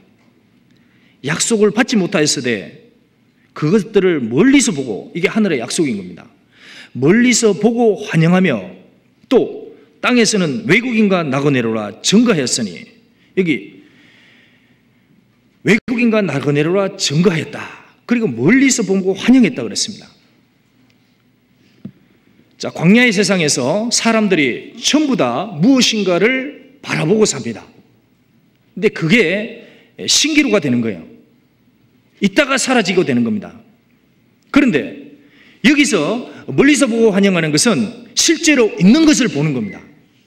그 믿음의 눈으로 보면 이곳이 광야이고 잠시 지나가는 것이고 통과하는 것이고 실제 머물러야 될, 그 사람이 반드시 거해야 될 그곳이 있다는 것을 안 겁니다. 그래서 땅에서는 우리는 외국인이고 우리는 나그네다, 이렇게 증거를 한 겁니다. 그들의 삶이 그걸 증거한 겁니다. 이렇게 살아가는 것이 그 주위 사람들에게는 실제로 본향이 있다는 것에 증거가 되는 거예요. 14절. 이같이 말하는 자들은 본향이 있는 것을 나타내미라. 그 증거가 된다는 겁니다. 주위 사람이, 야, 저렇게 보니까 진짜 본향이 있구나, 그걸 나타낸다는 겁니다. 주님은 이 사람들이라고 얘기했습니다. 그리고 이 사람들의 하나님이 되시기를 기뻐하십니다. 16절 같이 읽어보겠습니다. 저희가 이제는 더 나은 본향을 사모하니 곧 하늘에 있는 것이라. 그러므로 하나님이 저희 하나님이라 일컬음 받으심을 부끄러워 아니하시고 저희를 위하여 한성을 예비하셨느니라. 저희가 더 나은 본향을 사모하니 곧 하늘에 있는 것이라. 여기 있는 것이라고 얘기했습니다. 사람들이 얘기할 때는 당신들이 보고 있는 것은 그것은 허망한 겁니다. 허상이고 신기루일 뿐입니다. 근데 성경은 얘기합니다. 신기루가 아니고 허상이 아니고 하늘에 실제 있는 것이다 라고 얘기했습니다. 하나님이 이런 사람들의 하나님이라, 이런 사람들의 하나님이라 일컬음 받으시기를 부끄러워 아니하시고, 이것은 뭡니까? 이런 사람들의 하나님이 되시기를 기뻐하시는 겁니다. 그리고 이들이 거할 성을 준비했습니다. 참으로 거할 만한 실제로 쉴 수 있는 그 실제의 성이 되는 겁니다. 세상 사람들이 많은 꿈을 꿉니다. 요즘 어떤 건설회사에서도 좀 더 좋은 아파트를 지어서 무슨 캐슬 이렇게 이름을 붙입니다. 여기는 프리미엄급의 사람들만 입주할 수 있습니다. 돈이 많고 교양이 있고 품이 있어야만 살 수 있는 좋은 집입니다. 이러면서 홍보를 합니다. 거창하게. 그런데 그게 무슨 성입니까? 잠시 후에 다 무너집니다. 그리고 그 캐슬도 무너지고 그들이 의지하고 있던 그 영혼이 살고 있던 그 비천한 영혼이 사는 그 흙집도 곧 무너집니다. 그때 그들이 꿈꾸었던, 그들이 소망했던 모든 것이 다 허상이라는 것을 알게 되는 겁니다. 거듭나지 않고 주님의 이름을 부르는 모든 종교인들도 전부 허상을 섬기는 겁니다. 일체의 인간의 생각에서 나온 종교도 전부 다 허상입니다. 무엇인가 주는 것 같은데 결국 가보면 신기루인 겁니다. 그러나 이 진리를 믿고 진리 속에서 부름을 받고 거듭난 영혼들, 그리고 이 진리로 충만함을 얻고 성령의 충만함을 받고 인생을 꾸려가는 사람들은 우상을 믿는 것도 아닙니다. 하나의 종교를 믿는 것도 아닙니다. 2000년 전에 이 성경이 기록될 당시 그 로마는 정말 화려했습니다. 그때 당시에도 지금처럼 마라톤 경기, 마차 경기, 그 당대 이름이 난 화려한 선수들, 그 게임 파티들 얼마나 많이 있었겠습니까? 그런데 우리가 성경을 보면은 그런 사람들의 생은 조금도 기록이 안 돼 있습니다. 하나님은 그런 사람들의 관심이 전혀 없는 거예요. 반면 그 당대 소수가 주님의 부름을 받고 새집 등에서 모여 집회를 하고 성경을 배웠습니다. 당대 세상은 그들에게 전혀 관심을 갖지 않았습니다. 그런데 놀랍게도 성경은 그들 속에 주님이 계셨고 그들의 행적을, 그들의 교제를 이 진리의 성경 속에 기록해 두셨습니다. 2000년이 지난 지금 세상은 더 요란합니다. 화려한 아파트들, 정말 상상을 초월하는 문명들 너무 많습니다. 종교도 너무 많습니다. 또 거룩하게 지은 종교 건물도 많아 보입니다. 주의 이름을 부르는 사람들, 잘 조직된 종교단체도 너무나 많습니다. 그런데 한번 생각해 봅니다. 그들이 생명의 말씀을 참으로 생명으로 여기고 있는 건가? 그들이 이 말씀을 가장 우위에 두고 이 하나님의 말씀, 그 말씀의 다스림 속에 살고 있는가? 말씀을 전해서 실제로 마귀에게 눌린 자가 실제 자유함을 얻고 영적으로 소경인 자가 눈을 뜨고 죄와 화물로 죽은 영혼이 실제로 거듭나는 그런 역사가 이루어집니까? 그게 아닙니다. 우리가 수양회장에 가면 느낍니다. 그런 곳 말고 자신을 한없이 말씀 앞에 낮추어서 힘든 날씨에도 그 수양회장에서 보이지 않게 쓰레기를 줍는 그런 형제들, 자매들이 있습니다. 비가 올 때도 그 비를 흠뻑 맞으면서 딱 하나 그 영혼을 구령해야 된다는 그 열정 하나로 그 봉사하는 그런 영혼들이 있습니다. 한 영혼을 위해서 기도하며 자신의 모든 것을 내려놓는 그런 사람들이 있습니다. 하나님의 것으로 체험을 얻고 이 광야의 여정을 국정하면서 가는 게 아닌 구별돼서 서서 걸어가는 그런 영혼들이 있습니다. 비록 소수이지만 성령의 충만을 사모하며 광야를 걸어가는 그런 사람들이 우리에게 있습니다. 하늘의 하나님은 그런들 영혼들 속에 거하십니다. 그리고 분명 기약이 이르면 우리가 믿고 있던 것이 사실이었음을 주님이 우리의 눈앞에 보여줄 겁니다. 우리는 세 가지를 감사한다고 얘기했습니다. 마음에서 얘기해야 됩니다. 여호와께 감사하라. 그는 선하시며 그의 인자하심이 영원하미로다. 그때도 그랬고 지금 우리 시대에 우리를 인도하는 하나님도 동일합니다. 같이 기도하겠습니다. 살아계신 주님 감사합니다. 비천한 곳에 주님을 떠나 있을 때에 주님께서 찾아와 주셨습니다. 그리고 아무 소망 없는 저희의 영혼 속에 꿈을 주시고 생의 목적을 주시고 우리 생을 인도해 가십니다. 우리가 바라고 원하는 기도 속에 응답해 주시고 또 우리에게 성령으로 충만케 채워주셔서 이 광야의 길을 서서 걸어갈 수 있도록 힘을 주시는 것도 감사를 드립니다. 지금 수양관에서 말씀이 선포됩니다. 그곳에 친히 함께 해주시고 말씀을 전하는 사람들이나 말씀을 전도하기 위해 수고하며 애쓰는 모든 사람들이나 또 그리스도 앞에서 이뤄진 그 비천한 위치에 있는 그 불쌍한 영혼들이나 모두가 주님께 붙들림을 받아 주님의 놀라운 영광 속에 맞춰지기를 기도합니다. 한 사람의 영혼도 이뤄지지 않도록 주님의 역사와 능력을 나타내 주시옵소서. 우리 모두도 더욱 일깨움을 얻고 하나님 앞에 귀한 삶을 살도록 끝까지 주관해 주시기를 간절히 기도합니다. 예수 그리스도 거룩하신 이름으로 기도드렸습니다. 아멘.